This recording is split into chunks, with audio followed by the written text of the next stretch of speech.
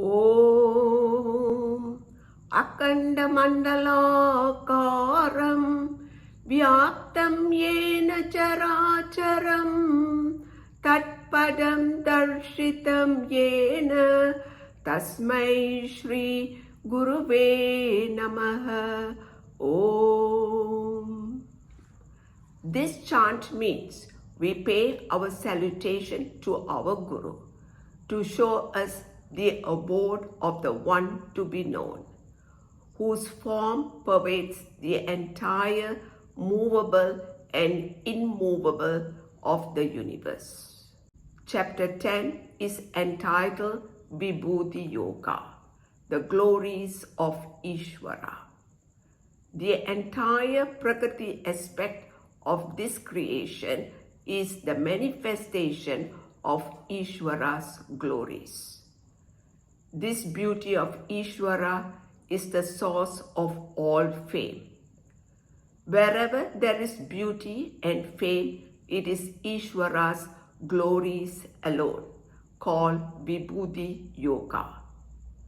The truth of Isvara is not easily understood, need to be told again and again. Repetition is valid as long as something has to be understood. Om Namah Shivaya. Episode 49, Chapter 10, verses 1 to 7. Only Sri Krishna as Isvara can speak authoritatively of his glories. Number 1.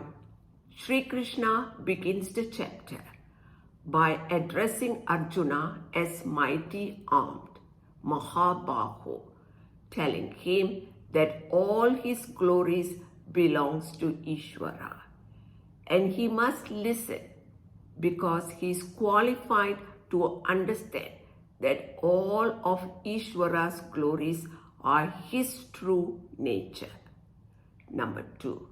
Indeed, only by listening again and again, Bhuya Eva Shrano, to that which was taught in chapter 7, entitled Jnana Vijnana Yoga, and chapter 9, entitled Rajavidya Rajaguhya, that revealed the limitless nature of Param Brahma, Me Paramam Vachaha, can the glories of Isvara be analyzed and contemplated to become wise. This chapter, Vibhuti Yoga, is a very important chapter to assimilate, because we must know that anything that makes us feel glorious belongs to Isvara. This will deflate our ego. Then we will not identify ourselves with this body, mind, senses, but with Satchit Ananda Atma. Then when we see ourselves or others having extraordinary talent, there is no pride, jealousy, or inferiority complex, because we know all these glories are Isvara's. Number 3. This Sri Krishna tells Arjuna for his benefit. Aham Vakshami Hita Kamyaya. As Arjuna looks pleased with what was going on. Yatte Priyamanaya. In chapter 1, Arjuna was weeping, and now by chapter 10, he looks pleased by his looks and eagerness, as he has transferred all his problems to Sri Krishna. Verse 2, Sri Krishna speaks with authority about Isvara's glories, that the whole host of gods and sages do not know in totality, Name vidu suraganaha, that Isvara's Shakti, his glories, are the cause for the manifestation of this creation. Me prabhavam. that Isvara is the cause, Aham Adihi, of all the gods and sages, Devanam Maharshinam Cha Sarvasa. Isvara is the creator of this universe, and as a sustainer he is Lord Vishnu.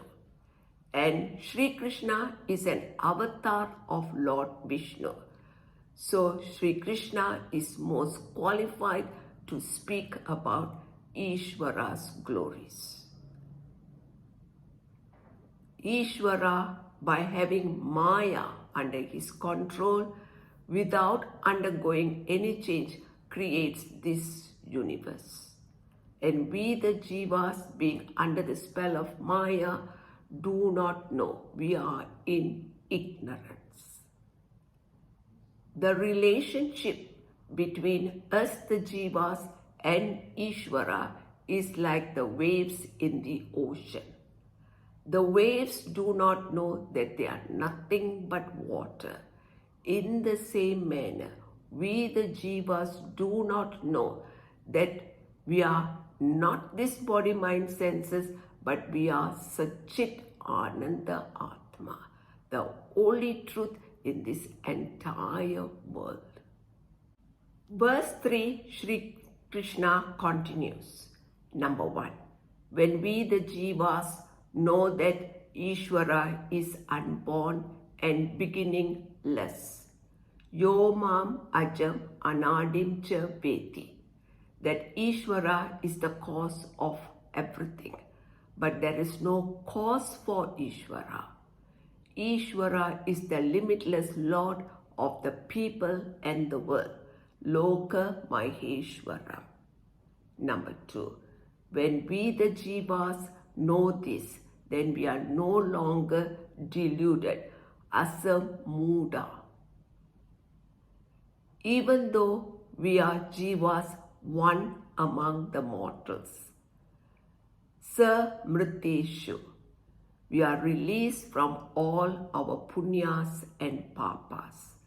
Sarva pape pramuchyate, we are liberated. We have gained moksha. Having gained moksha means knowing that Atma is not the doer. But because of Atma's present, action continues. Knowing this, we continue doing our righteous duties without a sense of doership and enjoyership. Verses 4 and 5 states that Isvara being the Atma within all of us, we the Jivas are able to, number 1, have the capacity to use our intellect to discriminate and gain knowledge. Buddhir Jnanam. Number 2, we are able to remove our delusion, asamoha, to gain the knowledge of Brahman with an open mind. Number 3, thereby we are composed, shama, undisturbed by people's comment or abuse. Number 4, we are able to speak the truth, satyam, according to what we saw or heard. Disregard to what the consequences will be. Number 5, we have mastery over our 5 senses of perception and 5 powers of action, sama dhamma. Number 6, we remain undisturbed by pleasure and pain, sukham dukkham. Number 7, we are able to accept creation and destruction, bhava abhava, because these are the natural laws that are governing this creation. Number 8, we are fearful when we are ignorant of Isvara and fearless when we are in oneness with Isvara. Bhayam abhayam. Number 9.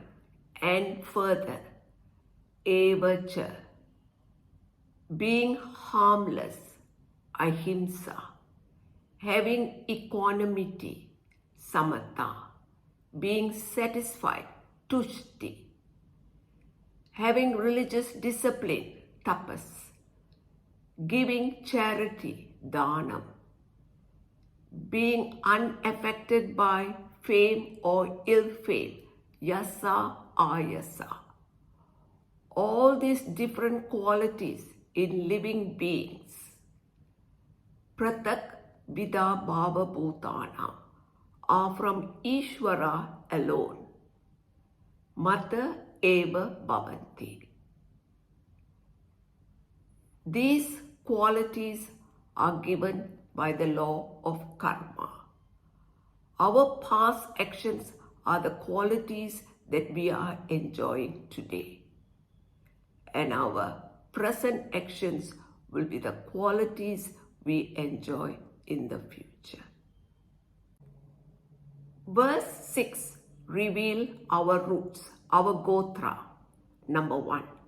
Long ago, at the beginning of the creation, in a particular cycle, there were 7 rishis, Maharshaya Saptapurve, as well as 4 Manus, Chatvara Manava Tata, whose minds were absorbed in Isvara, Madbhava. They were enlightened beings. Number 2. They were born directly from Isvara's mind, Manasa Jata. Directly from Isvara's will, Sankalpa. Being enlightened, they were endowed with Isvara's grace, all-knowing, all-powerful. Number 3. From them, we, the beings, have come. Yesham loke imam praja. First, the Manavas were created. Second, the Rishis. Third, the son of the Rishis. And from them, we beings have come. That is why we human beings are called Manava. Verse 7 says, number 1.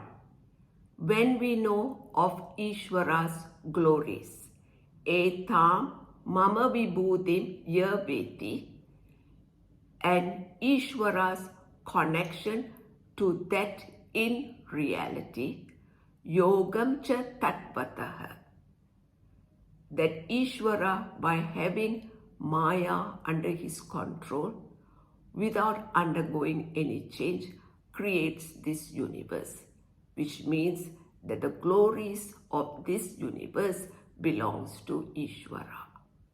Number 2.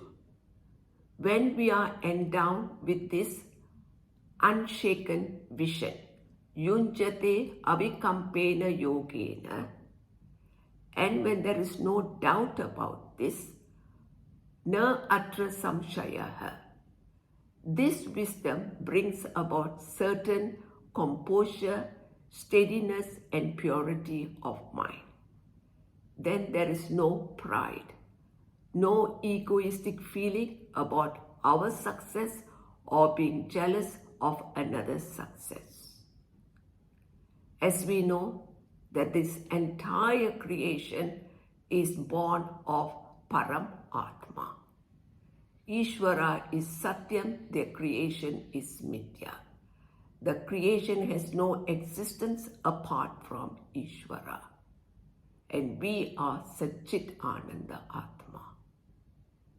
When this knowledge is unshaken and the connection is clear, it is said that we have a clear vision of Isvara. At verse 7, we shall take a break, and next we are going to learn about the nature of this clear vision. So till then, Om Namah Shivaya.